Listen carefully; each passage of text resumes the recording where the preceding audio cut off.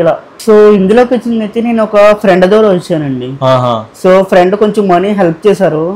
Money help చేసిన తర్వాత అబ్బాయేనండి పరిచయం అయ్యారు దగ్గర.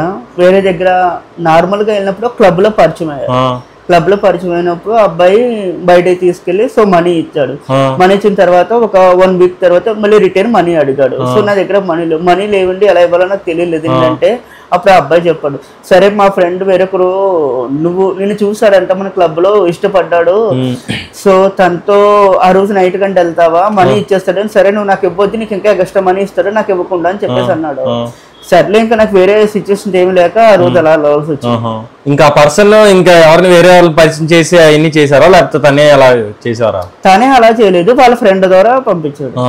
ఓకే, మరి తర్వాత నెక్స్ట్ అంటే తర్వాత మనీ ఆకలిసిన ప్రతిసారి అన్నం కావాలి, మనీ అవసరం ప్రతిసారి ఏదో ఒకటి చెయ్యాలి.